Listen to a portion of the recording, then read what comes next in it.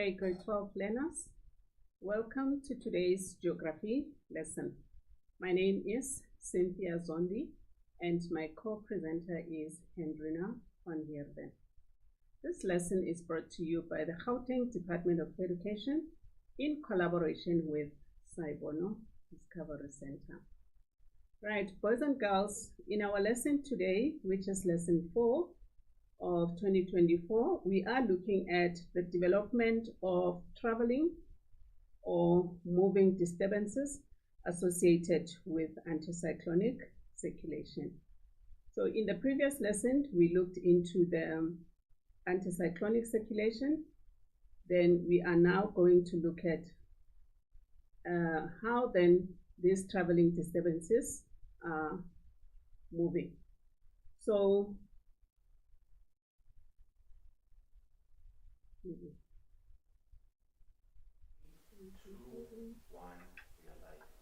do you know that you are different?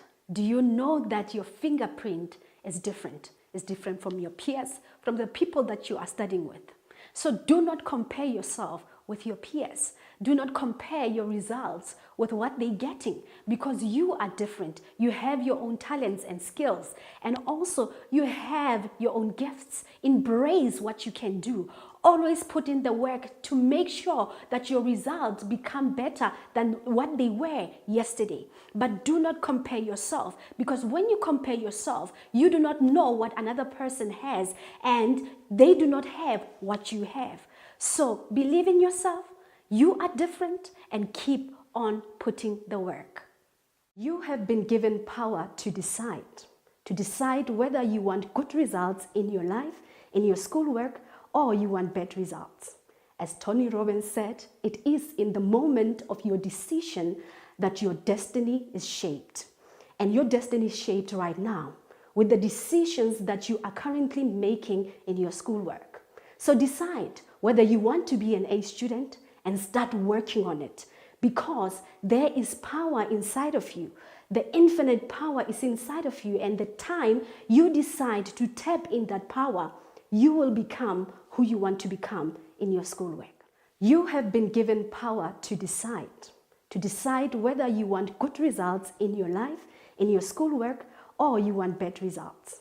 As Tony Robbins said, it is in the moment of your decision that your destiny is shaped. And your destiny is shaped right now with the decisions that you are currently making in your schoolwork. So decide whether you want to be an A student and start working on it, because there is power inside of you.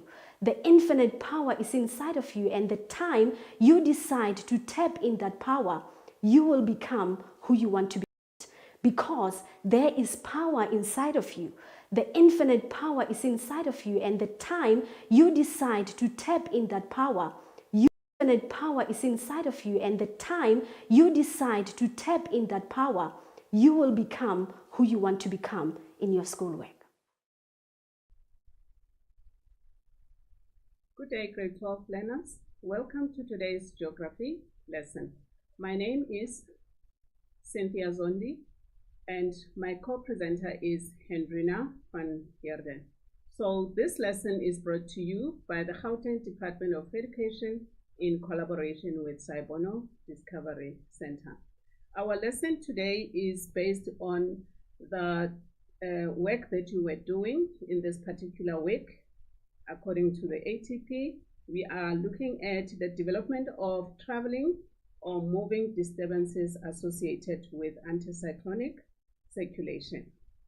So here are your lesson objectives, which I have indicated that your revision lesson is based on what you were taught in this week from the 12th to the 16th. So we're going to look at the development of traveling and or moving disturbances associated with anticyclonic circulation, and those are your moisture front and line thunderstorms.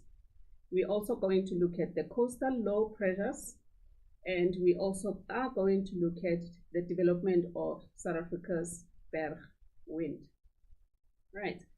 After having gone through that those subtopics, we are going to look into the resultant weather and the impacts thereof.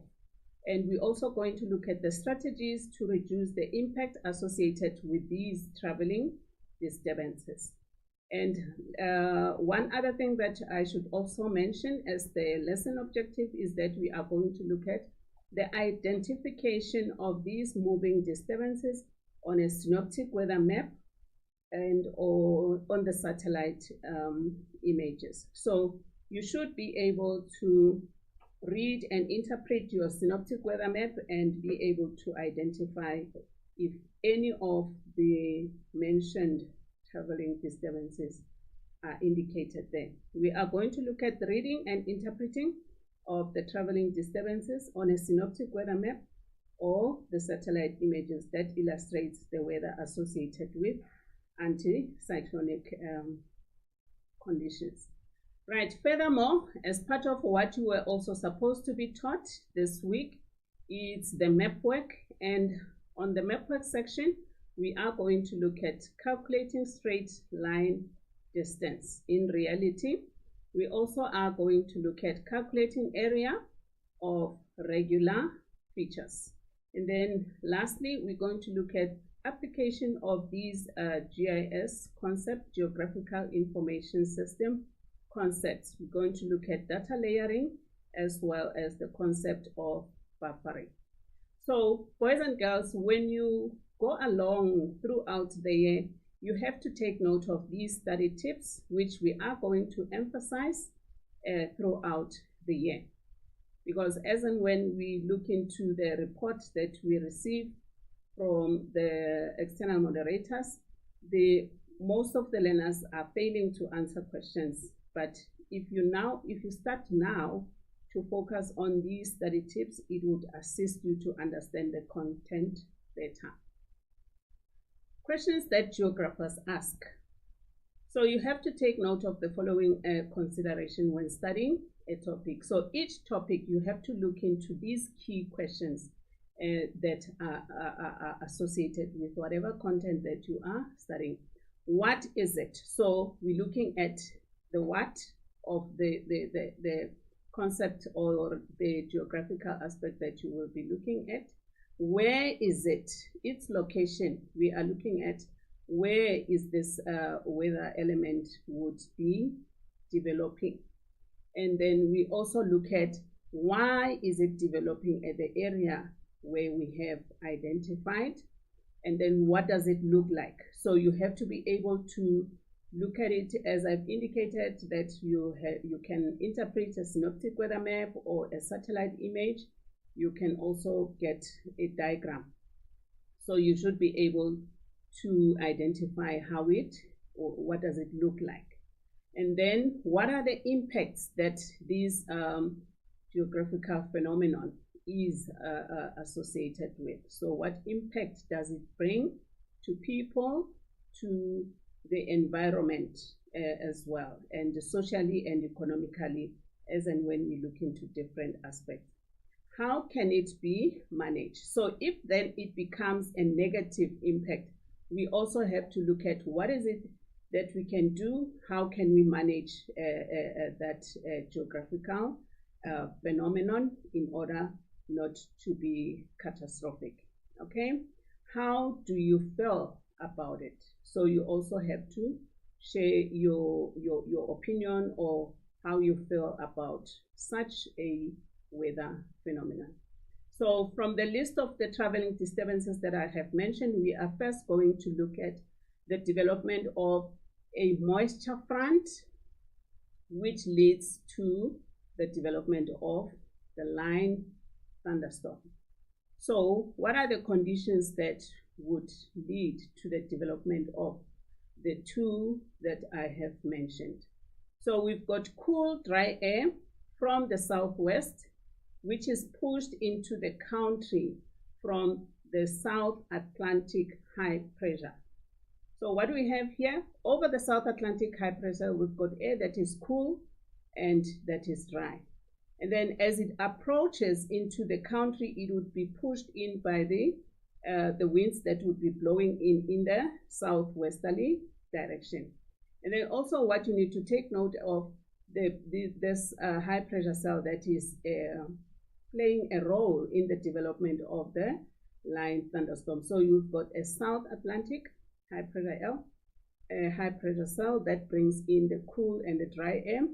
And then when the line thunderstorm develops, then we've got the warm moist air, which would approach from the northeasterly direction, being influenced by what? By the South Indian high pressure cell.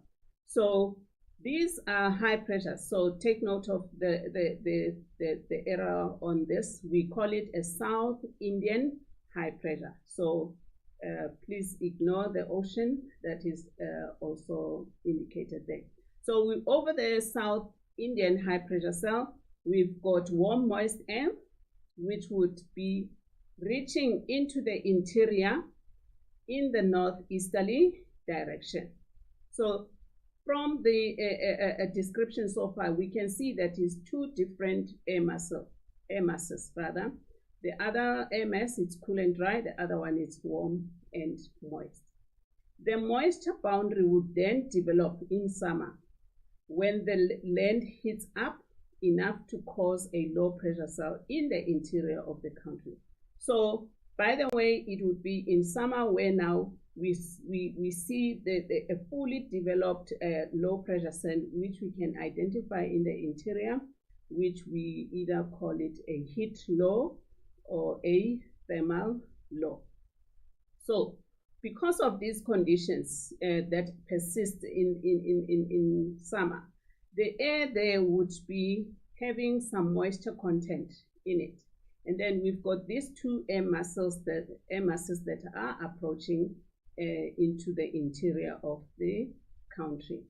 So the cool air, which would be approaching from the South Atlantic high pressure, being driven in a southwesterly direction, would then lift the warm air. And then as warm air is lighter, then cool air is denser. This warm air would then result in the cool air wedging in below the warm air. So that results in the development of a moisture boundary. So these two air masses, because they don't mix, the cool air is denser and the warm air is lighter. So where the point where these two air masses meet, it leads to a development of what we call a moisture boundary. In other terms, it's also called a moisture front. Right. Then this illustration is showing you what I have just explained, that we've got the South Atlantic high pressure cell that would result in the air that would be coming in that anti-clockwise direction, and over the South Indian we've got the South Indian high pressure cell, which would also bring in the warm air. Take note of the color code that has been used to indicate the characteristics. So this air is cold and dry, whereas this, because of the indication in red, it is warm and moist. So what happens is the two air masses, they form a boundary which is labeled a moisture front. So this is the boundary that is developing, and then it's labeled a moisture front. Okay, so your explanation of what I've just mentioned is that the cool dry air from the southwest is pushed into the country from the South Atlantic anti-cyclone. So your keywords is the cool dry air, and then the direction is in the southwesterly direction. So that is the cool air that will be approaching into the interior of the country. And then that leads to the development of a low pressure. Why? Because we've got a thermal low that is in the interior of the country due to the season that we are in. We said we would have a identification of a thermal low, which we can find in the interior of the country. Right, from the east of the country, we have the South Indian high pressure cell, which is warm and moist. And you must bring full answers like this to say warm and moist. When you explain the characteristic of the air masses, you cannot just say it's warm. You must explain that it's warm and moist. And then this warm and moist air would be approaching into the interior in the northeasterly direction. So it would be coming in from the northeasterly direction. Then the influence is from the South Atlantic. So remember, the circulation is anti-clockwise around the high pressures. So it will then bring in that warm and moist air into the interior of the country. And then it will flow towards the low pressure trough over the interior. So the trough is this low pressure that is dominating into the interior of the country there. So when these two air masses, I've indicated that they will not mix, but they will form a boundary, which we refer to as a moisture front. So let's see how then a line thunderstorm would develop. Okay, so we have identified the two air masses. We have also identified the low pressure trough that is dominating in the interior of the country. Then the area of the development of this line thunderstorm is also indicated, which is around the east of the moisture front. So the cool air lifts the warm air. So cool air lifts the warm air, which cools and condensation process take place, forming the cumulonimbus clouds. And then the line thunderstorm develop along the moisture front or the boundary. So that's why we then say this is a line thunderstorm, because the pattern in which rainfall would be formed would be in a linear area. It would cover the stretch of along the moisture front, so resulting in those heavy rainfall that is associated with them cumulonimbus clouds, and then we refer to that as a line thunderstorm. Okay, and then the area that is affected by the thunderstorm and the lightning would be the eastern part of the moisture boundary, which is indicated in this green.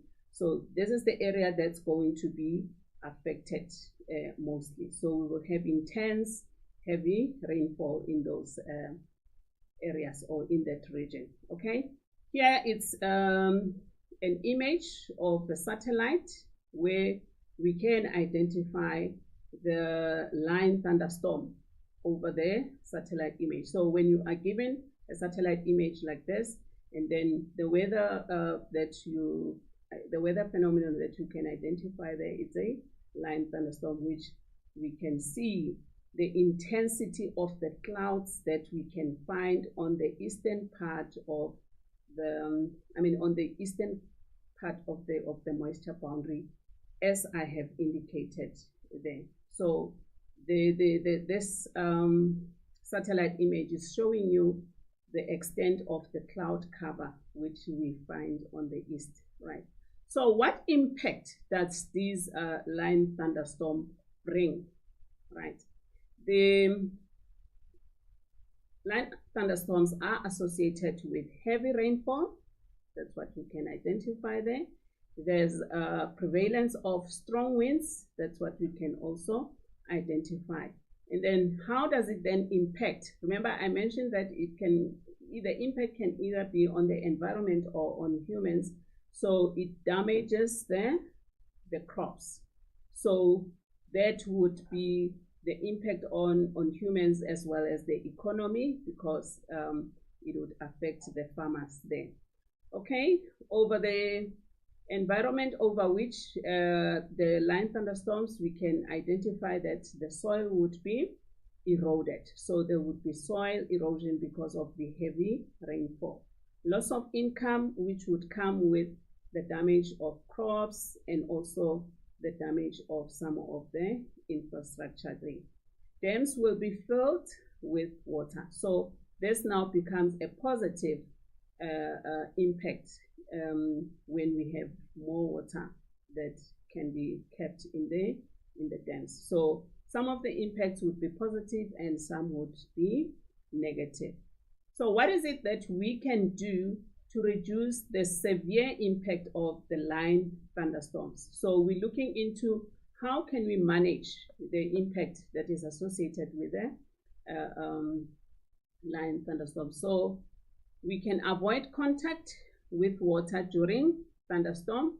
So you necessarily have to avoid taking a bath, shower, washing dishes, or have any other contact with water during a thunderstorm. So this would save you from being electrocuted if there are thunderstorms. And then lightning can travel through plumbing. So hence you need to avoid contact with water. So you have to avoid contact with water. And then also avoid using electronic equipment of all types. Lightning can travel through electrical systems and radio and television reception systems. So all this is to help you avoid being electrocuted by the lightning. Okay. And then avoid using landlines or corded phones. Corded phones are not safe to use during a thunderstorm. However, cordless or cellular phones are safe to use during a storm. So those lines that we can find in our homes. Avoid concrete floors and walls. So all these, it's because they would affect you because of the lightnings. Do not lie on a concrete floor during a thunderstorm, and also avoid leaning on concrete walls. Lightning can travel through any metal wires or bars that we can find in the concrete walls as well as on the floor. All right, stay away from the windows, the skylights, and the doors as a way of keeping yourself safe. If you have advanced notice of the storm, consider turning off circuit breakers. So you can also turn off the circuit breakers if you happen to get the notification before the storm starts, to avoid power surges that may occur from a lightning strike. Monitor local news or the NOAA weather radio for any emergency watches or warnings. So any form of communication that can keep you informed on what is it that you should do and shouldn't do. Take shelter when you see dark clouds or lightning or hear thunder. So you have to protect yourself all the way.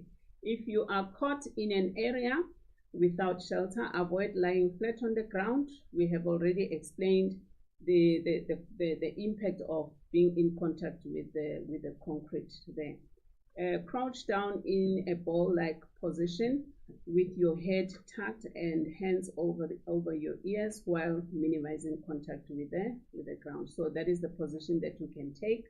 Avoid elevated areas such as hills or peaks, and never take shelter under an isolated tree. Okay, so we are really learning some of the personal things that can help you to avoid being struck by a lightning. Get off the bicycle, motorcycle, scooters, or other small vehicles. So anything that would be of this nature, you should avoid to keep safe from this. If you are in the water, head for the shore immediately and avoid metal objects. Water and metal can both carry an electrical current. If you are in a group of people, spread out. Watch out for any damaged power or utility lines that could injure you or others that you are around with in a session of a line thunderstorm. So those are all the safety measures that are suggested should you be in the vicinity of an area that is affected by a line thunderstorm. Right, we are now moving on to the next traveling disturbances. So the traveling disturbances is because these systems, they are not formed over one specific area. Their impacts would be affected by the prevalence of the high pressure systems, which would result in them developing over the spread of the country. And then we are now looking at the development of the coastal low pressure. The name itself, boys and girls, it suggests to you that these low pressures, even if you are in the exam room, when you come across a question that asks you to identify the pressure system on a synoptic weather map or be it on a satellite image, you should look into the name itself, which suggests that it's coastal low pressure, which is different from a heat low that I mentioned that it is dominant in the interior during summer. The coastal low pressure cells, we find them along the east as well as the west coast. So they develop along both the east and the west coast. So hence we say they are traveling disturbances. Okay. Their development is not minimized to only the cooler areas or just the warmer areas. Okay. So coastal low pressures develop during summer and winter. So in both the seasons in South Africa, we do experience the coastal low pressures. These low pressures, they cause completely different weather on either side. So the impact of the coastal low on the east as well as on the west as well as on the east, it would bring a completely different weather along the coast. Then how does it develop? The air moves in a clockwise direction. So this is also one thing that is very basic about low pressures. In South Africa, we know that we can identify the circulation to be moving, the air that moves around a low pressure, it's moving in a clockwise direction. Okay. One side of the pressure cell move from the land to the sea and will cause warmer, drier conditions. So when we have a coastal low, on the other side, like around a low pressure or a coastal low, the air that would be on the from the country to the sea would bring in a different kind of weather. And if we have the sea and we've got the circulation of air around the coastal low, it would bring in a different weather characteristic. So the air that is moving from the land to the sea will have different weather conditions, and the air that moves from the sea to the land would also have different weather conditions. So when the air moves around a low pressure cell from the land to the sea, this air is dry and it is warmer. So the air is warmer and it is dry. We therefore call these winds that are blowing from the land to the sea the offshore winds. So they are characterized by warmer conditions and they are dry. Mind you, it is from the land. Okay? And then on the other side, because it's a circulation, remember it's a circulation of air around a low pressure. So on the other side of the low pressure, the air moves from the sea to the land. And then this circulation, it will bring in cloudy and moist condition, and over the east it will also bring in the rainy conditions. And these winds now that are from the sea to the land, which are circulating around this low pressure, we say they are bringing in the warm, moist, and cloudy conditions. And then we refer to those winds that are from the sea to the land as onshore winds. Okay, so the west coast, the air is dry and cool. So the conditions would be different between the two coastal areas. On the west, the air would be dry and cool. Remember, it is over the South Atlantic Ocean, which has got the cold Benguela currents. So the air would be dry and cooler there. And then the form of precipitation that we can identify when this cool, dry air moves over the coastal areas, it would bring in the advection fog. So that is the form of precipitation that we can identify over the west coast, rather than rain. So we don't have a rain that would be associated with what? With this coastal low on the west coast. And let's not confuse the impact of the mid-latitude cyclone with the coastal low.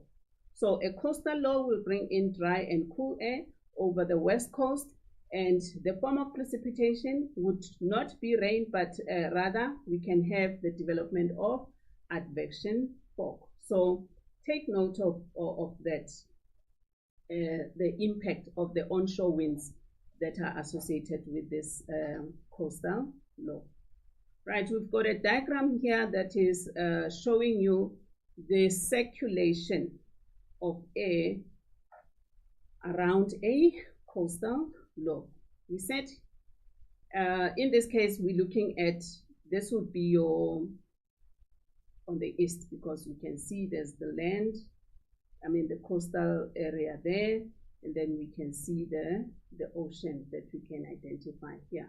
So if we were to juxtapose this, we would indicate this as developing over this part of the country. Okay, so air moves from the land, air moves from the sea to the land. So the use of color here would make you to understand the pressure over these two areas. Over the ocean is cooler, so the pressure would be a little bit higher than the interior. So the interior, we're saying that it's warmer here, so the pressure there it's low. So the air would move from a high to a low pressure area. So this is where we can identify the low pressure over the coastal area. So the air moves from the sea to the land, as it is indicated in the arrows there. We can see the circulation, which is showing us the clockwise movement of air from the sea to the land. Okay, and then these winds, we refer to them as the onshore winds. And then air move from the land to the sea. Remember, it's a circulation. So the air that moves from the sea to the land would result in air moving out of the land to the sea to complete the circulation. And then this air that moves from the land to the sea, we refer to it as the offshore winds. Okay, so its characteristic is that the air is warmer from the land. So it then it is heated as the air rises over the relatively warmer land. So we see the development of clouds over the coastal areas, which results in what now? The rainfall that we can associate with the coastal low that develops on the eastern part of the country. Remember, on the western part, I said we don't have the rainfall forming. Why? Because we've got sea to land and then back onto the sea, which is there is no moisture content that is enough for clouds to form, but we've got rather the development of a advection fog. But then with this one, the air that rises from the coastal areas, as we can identify the coastal areas here, as the air rises, it gets heated and we see the development of clouds. And then obviously warm air would cool, and then there would be condensation that would occur, and clouds would form. So the difference that you need to know is the labeling of these winds, that the air that moves from the land to the sea, we refer to it as the offshore winds, and the air that moves from the sea to the land would be the onshore winds. Right. So I've got an example of a synoptic weather map here that we can clearly identify the low pressure that is pointed at here. So this low pressure, we still are looking at the coastal low. Okay, so that is a coastal low, and just to emphasize, we say it would have it would be onshore winds when we have the warm moist air that brings in the rainfall, and then when the air moves from the land to the sea, it would be offshore winds, which is warm and dry. So therefore there would be no rainfall. Okay, and then on the west coast we've got the onshore winds, and look at the difference now. This one on the west coast, it's not warm and moist, but rather it is cold and dry, or cool and dry. So it has limited moisture, so we don't have an extent of condensation that would be high that would result in the development of the clouds. Hence we have a limited moisture content, which would result in the development of advection fog as a form of precipitation. And then when we look at the circulation, where now the air moves from the land to the sea, which is now warm and dry, it has no moisture in it, so there would be no form of precipitation that we can also identify here. And then this is also how we further show the reading and interpretation of this coastal lows as we are looking at the synoptic weather map. There's the L that is showing you that this is a coastal low. So what is important for you is to be able to identify its name, as we have been doing now, that this is a low, a coastal low, not just a low pressure. So in terms of the impact of this coastal low, we're finding it along the Namibian coastline with the onshore winds, which are north of the low pressure. So we have your onshore winds, the arrow here that is showing you the winds that are blowing into the Namibian coastline, and the position of the direction is onshore, because the winds are moving in the clockwise direction around the low pressure towards the coastal area of Namibia there. And then with the completion of the circulation, then we are going to have the air that is moving now out of the coastal areas of Namibia in that direction, which is on the south of the low pressure there. So the completion of each circulation around a coastal low pressure would make you to have a clear identification of both the onshore winds as well as the offshore winds. And then what you need to take note is the impact that it would bring in terms of the weather that is associated with this. Okay, right. I have a worksheet that I want you to take note of the questions quickly. The question says, refer to figure 2.4, which shows a synoptic weather map.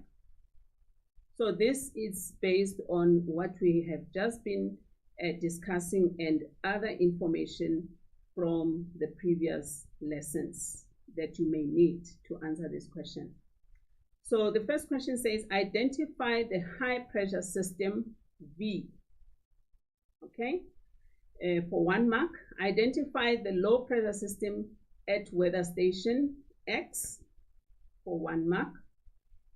Refer to the high pressure system at V and give one reason for its existence. Number B of 2.4.3, how does the high pressure system influence the weather condition over the interior during the winter months? For 4 marks. So you need 2 answers to get a credit of 2 marks each. So these are your questions. I want you to take a screenshot of these questions and take note of what is it that you need to do about this. Let me rather go back to these questions. Identify the high pressure, and the last question, how does the high pressure system influence the weather condition? Right, you've got 2 minutes to respond to this questions, and then we will then discuss the answers. But then just for now, just take the screenshot of this and let me check if there's other questions that you also need to note before we can do the answers. So for 2.4.4, these are the questions in continuation. Refer to the low pressure system at weather station X. And then the next question linked to that instruction, give a reason for the wind direction at X. So you have to refer to the low pressure system at X and give a reason for the wind direction. And then explain the high temperature experienced at weather station X. So that would be for 4 marks. So boys and girls, those are your questions. I presume that you have taken the screenshot of the first set of questions, and I will just pause the presentation on this screen whilst you continue with your responses there. And then my colleague Rina will continue with the answers and see how best you have done and performed on this worksheet.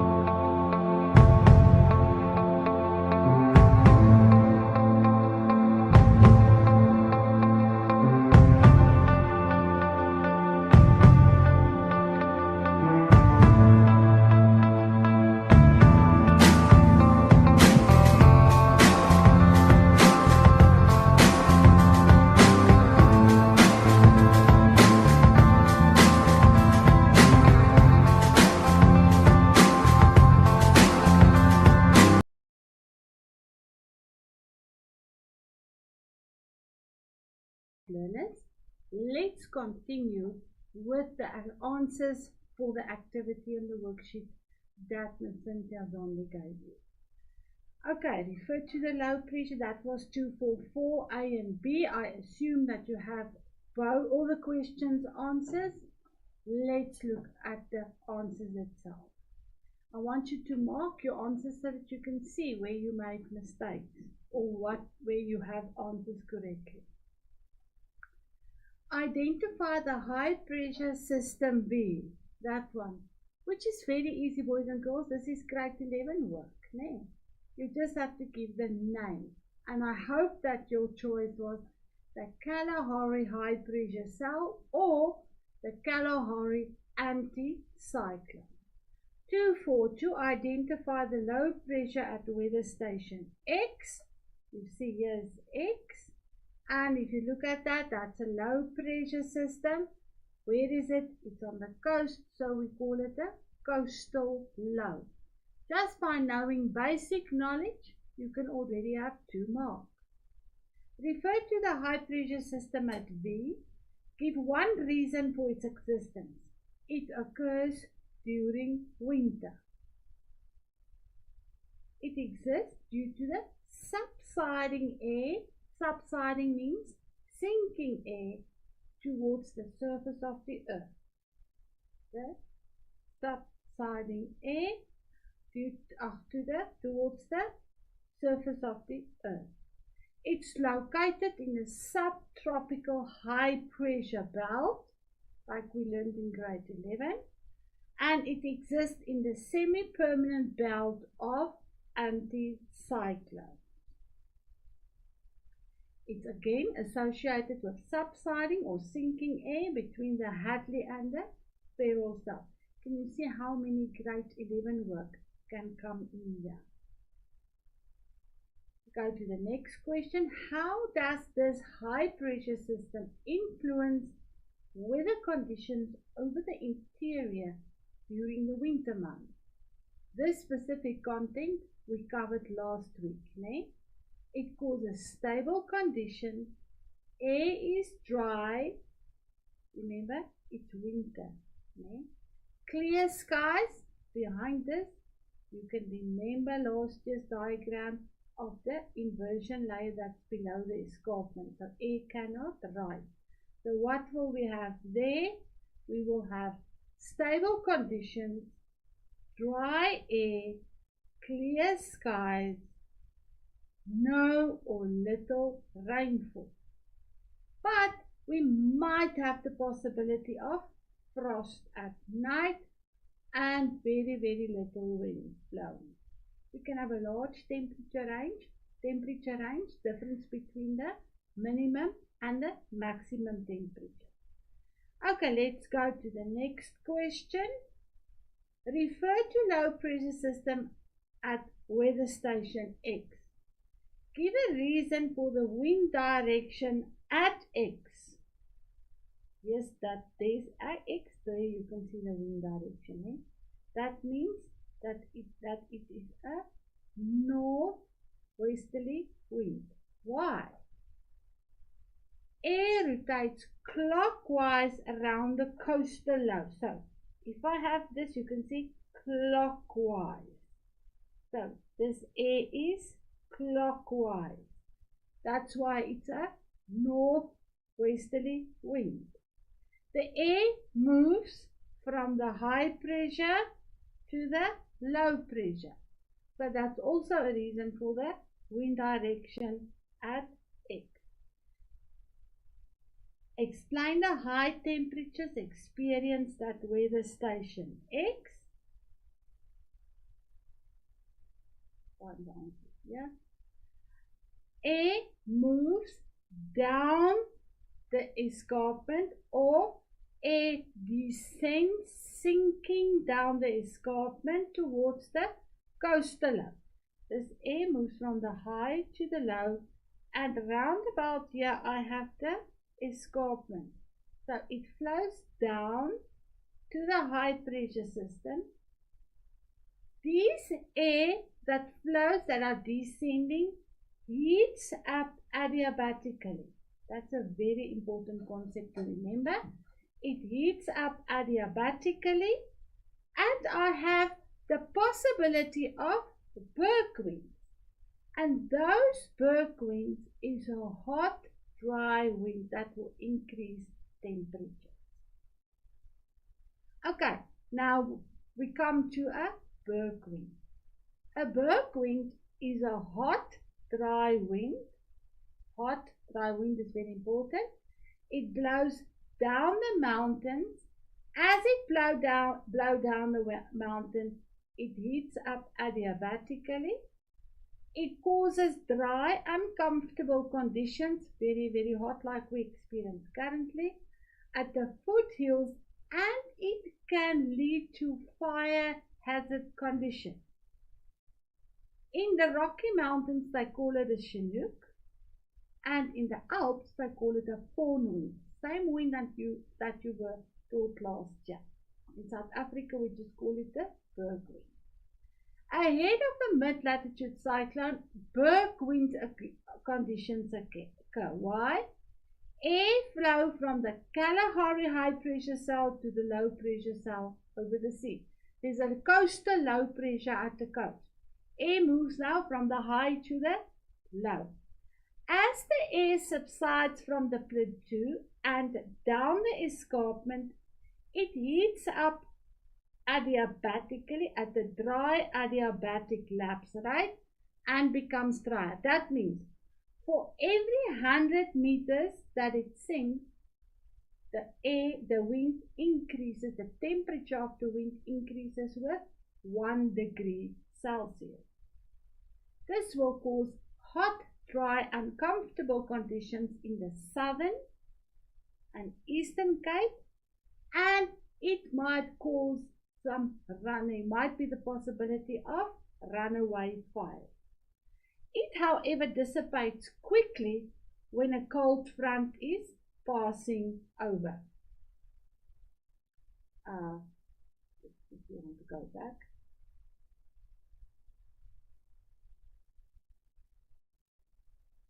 It dissipates quickly when a cold front passes over the area. Then that warm, uncomfortable conditions will be replaced by cold air. And there's my situation. It's winter. This occurs, a berg wind occurs mainly during the month of winter, in winter months. There's a nice diagram showing this to you. And then my cross section.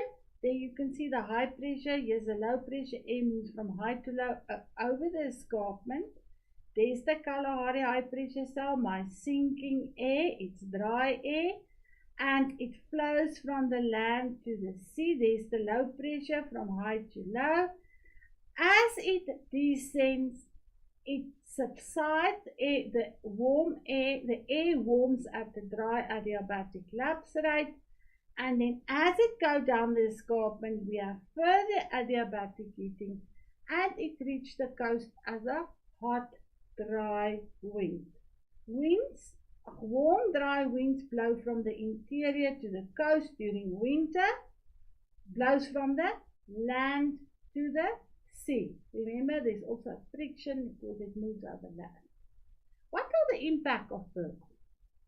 It can result in the development of veld fire. And a veld fire has an impact on the natural environment, humans and animals. A farmer may lose his houses or some equipment, and they can lose their livestock. A natural bush and grazing may be lost. Everything is going to burn. Animal habitats may be destroyed. And the dry, warm conditions for humans can cause a heat stroke and discomfort. People and animals may suffer from dehydration. They don't have water to drink. How can we reduce the impact of a berg wind? We can make people aware of the cause of by cigarettes. Don't throw your, there's a berg wind conditions there. So please don't throw your cigarettes out. fire department and the fire fighters can be on alert. They must find a strategy to solve that. For example, to irrigate the crops. The Weather Bureau normally issue a warning for berg wind conditions. So if there's a warning out and your area is prone to the berg winds, irrigate your crops to prevent burning. Now let's look at a video that elaborates on this more.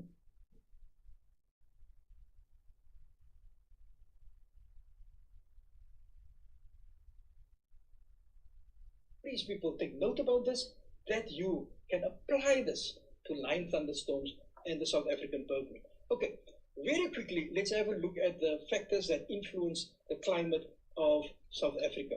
Right. Firstly, we must know the influence of the oceans. Now, Matrix, this you've learned from primary school level already. When we started working with atlases, there you learn that we've got the warm Mozambique and the cold Benguela. Right, so here we've got the warm Mozambique, here we've got the cold Benguela, and here as we just touch here on Eastern Cape and start to move towards Western Cape, it is called the warm Agulhas.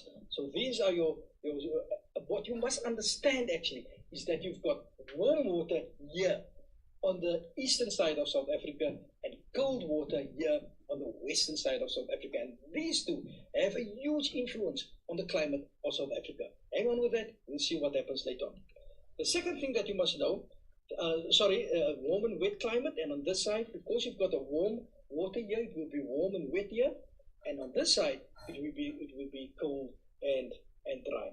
Now, okay, the second thing that you must know is your subtropical anticyclone. You must know where they are, you must know where they are located, and you must know the names. There are three of them influencing the climate of South Africa. The South Atlantic high pressure, the South Indian high pressure, and the Kalahari high pressure. The Kalahari high pressure is found in the interior, and obviously these two will be found in the oceans. Now, Matrix, you've got to take note about what I'm going to say now.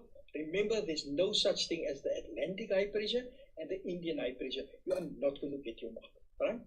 If they ask you to identify the high pressure at 1 or A or whatever, and it's in the Atlantic Ocean, the name is the South Atlantic high pressure. Please don't make a mistake and only say Atlantic high pressure. You're going to lose unnecessary marks. The same with regard to the South Indian high pressure, not the Indian high pressure, the South Indian high pressure. Please don't forget that. Okay, so let's have a look at this. So here we've got the Kalahari high pressure, and here we've got the South Atlantic and the South Indian high pressure. As we progress, you will see that the South Atlantic and the South Indian high pressure, they play a very, very important role when it comes to line thunderstorms, and the Kalahari high pressure plays a very important role when it comes to the SA berg wind or berg wind competition. So you must know the role of each of this. We'll have a look at this within the next few minutes. Okay, and the last thing that you must know with regard to the climate factors is the plateau or the interior, which is very high, and because it's high, the higher you go, of course, the colder it will get. Now, but if you have a look at these factors, now, okay, you must know these factors, but what's much more important is the application of these factors. You must be able to apply these factors. You must know how these stuff work. And if you know how these things work, it's going to be very easy for you to explain the berg wind conditions, and it's going to be very easy for you to explain line thunderstorms.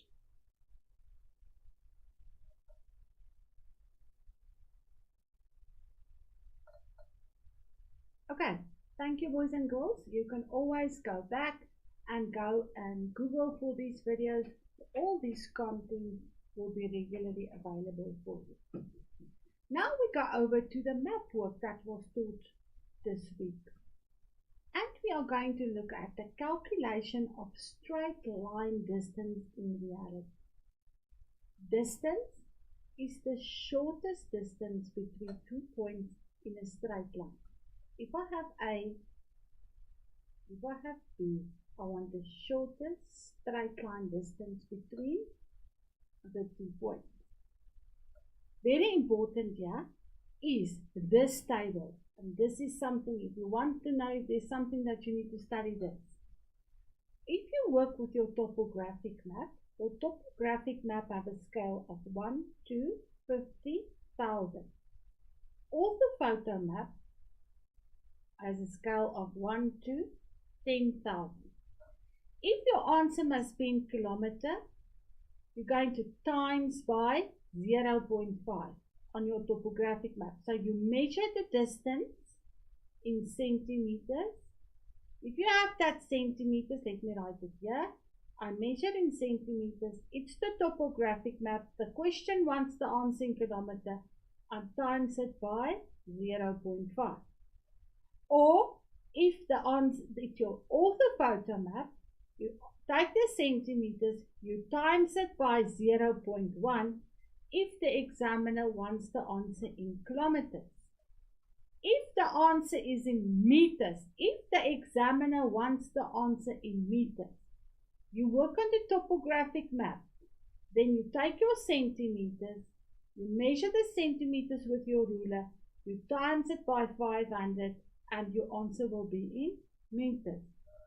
If you work on an orthophoto map, you take the centimeters, you times it by 100, and your answer is in meter. So if you know this table very well, you will succeed in calculation of distance. The steps that you need to do is, first of all, you measure the distance between the 2 points in centimeter. The examiner will give you the 2 points in the question and ask you to calculate the straight line distance. So you take your ruler, you put down your ruler, and you measure the distance in centimeters. Note that the unit that the answer must be in is in the question, and make use of the table and the following formula. There is your formula for map distance. It's distance times scale. Measure the distance between the school and the church. So there's the one, and they look there, they want the answer in kilometers. So it's a topographic map, take note of that. You put down your ruler, you measure the distance with your ruler, and for example, you get 8.5. You can see there, if it starts there, it goes there, it's 8.5 centimeters. Use the table now and the formula to determine the answer. So now I take my 8.5, it's on a topographical map. They want the answer in kilometer, so I times it by 0.5 and look there. My answer is 4.25 kilometers. We multiply with 0.5 because the question wants the answer in kilometer, and we worked on a topographic map. Now, measure the distance between spot height 1706 and spot height 156 in meters. Now they want the answer in meters. So what do? We measure the straight line, boys, and now look what they come up with now. This is an orthophoto map. So they give you the spot height 1706 to height spot height 1756. It's an orthophoto. Put down your ruler, measure the distance, and we get, for example, 7.4 centimeters. Take note, they want the answer in meters. Take note, we work with the orthophoto map. So what do we do now? Now it's the orthophoto map. They want the answer in meters. So if I take those two, what must I do? Take the 7.4 times by 100. Remember, boys and girls, you take your calculator with you. You put in 7.4 times 100, and your answer is 740 meters. We multiply with 100 because the question wants the answer in meters, and we work on a orthophoto map. The measurement of the size of a surface, remember, with area, well, now we come to area. Sorry, area is the other calculation. Yeah, we have to measure the surface of the area. You must measure, therefore a scale must be used. You always need a scale as well to measure it. Now say for example we've got the block, there's your length. The longest side of the triangle is the length, and then the shortest side of it is the breadth. Your step, you answer calculated in square kilometers. It must always be for area. Your answer must always be in square kilometer. Measure the length and the breadth separately. Assume we worked on an orthophoto map. So there it is. I've measured 8.5 times 0.1. So my answer is 0.85. We multiply with 0.1 because the question wants the answer in kilometer and we work on an orthophoto map. There's my breadth. Answer is 4.4. You can see there. Now you must multiply the measurement of breadth with the scale. So what is it that we want? Now I take that 4.4. It's still kilometers. It's on an orthophoto map. So I have 0.44 kilometer. I want the answer in kilometers and we work on an orthophoto map. Now, write down the formula to calculate area. There's my formula. Now you substitute the values. I take 0.85 times 0.4, 0.37 square kilometers. Now, boys and girls, now we go over to GIS. What is GIS? The first one, the GIS, is the Geographical Information System. So we are going to look at data layering. That is one of the concepts that you must master for the exam. What is data layering? It's the organization or arrangement of geographic data into themes on top of each other. So I have a polygon map, I've got a line map and points. So when I put those three layers on top of each other, I believe of data layering. Geographical data is usually arranged as separate data layers and later generated, putting together for analysis purposes. So then we come to my different types of features. This is your symbols, your conventional symbols, and here we have line features.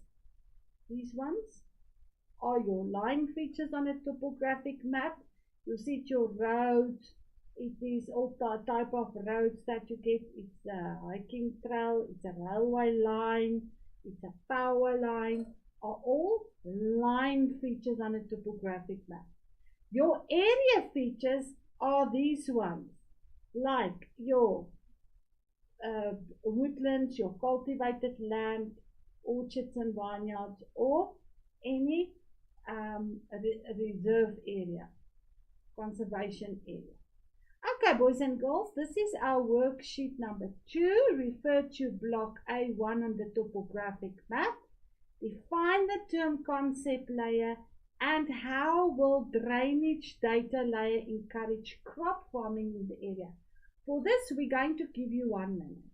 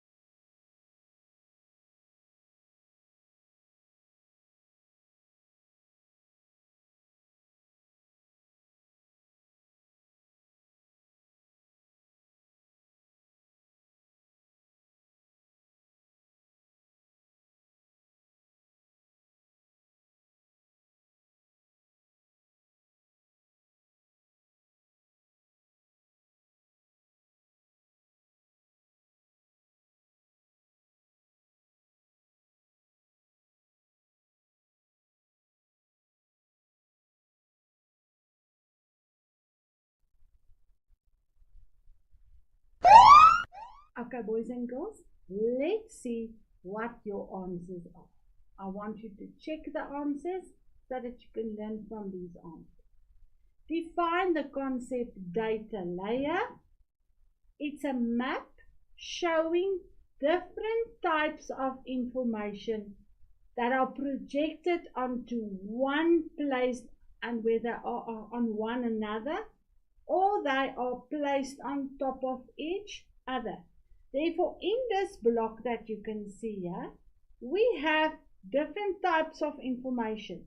I have a polygon like cultivated land, we've got roads, we even have water. So I have a block, I have in this one block data on the economic activities, cultivated land, on the roads in that area, as well as on drainage, water in that specific area. How will the drainage data layer encourage crop farming in the area? How can it drainage? Drainage has to do with water. It will give us supply of water for irrigation of crops.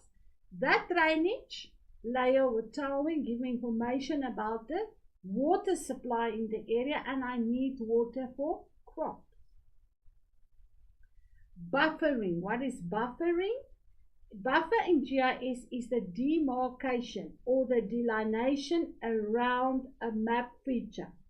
Normally a point or a line feature measured in units of distance or time. Say for example, a buffer in GIS, like we said, is a demarcation around a feature where we can say nothing can be used there or planted there. Now, guys and girls, this is another worksheet on the content that we did today, and there are your 5 questions. What are line thunderstorms? Why do line thunderstorms differ from general thunderstorms experienced over South Africa? State evidence from the sketch to show that line thunderstorms are prevalent over the central parts of South Africa. What role did the South African high pressure cell play in the development of a moisture front in the middle of the sketch? And explain the significance of northwesterly winds in the formation of line thunderstorms. Oh, yeah, I must go back. There's the question. Boys and girls, I'm going to give you 3 minutes. Quickly plot down, check the answers, check the questions, write down the answers, and when we come back, we'll check your answers.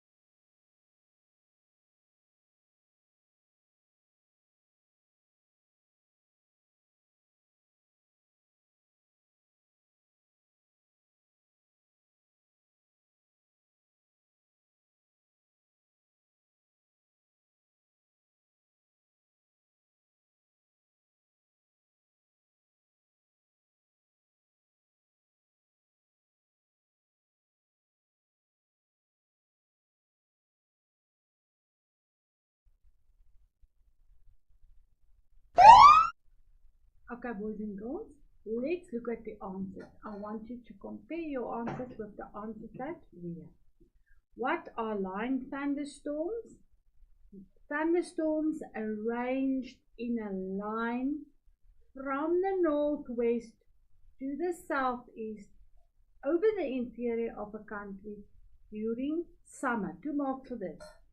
What I want you to look at, we want the words line from northwest to southeast, from northwest to southeast over the interior of a country during summer.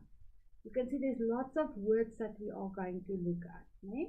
If we go back to the question, let's go back to the question. No, it doesn't want to go.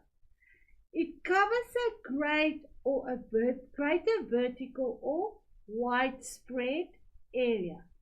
A line is how the line thunderstorm differs from normal thunderstorms. A greater vertical area, it covers a big area. They are of a longer duration and they are more destructive.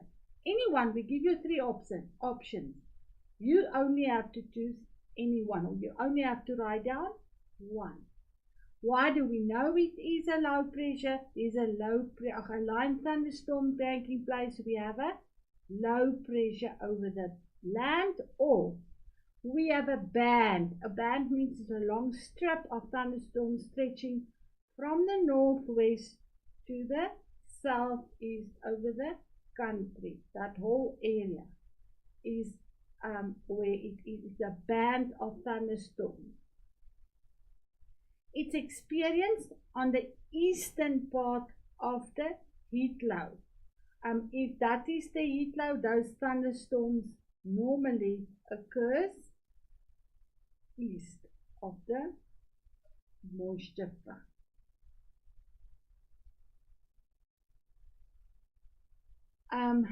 How does it form? Diverging. That diverging means air flows together.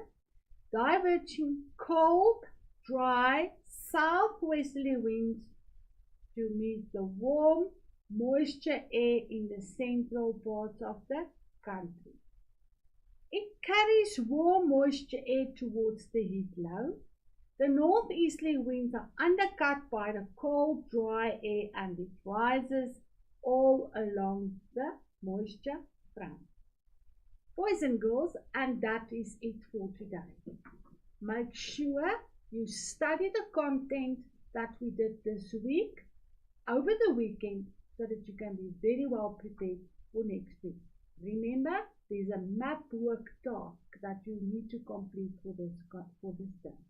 Good luck and goodbye.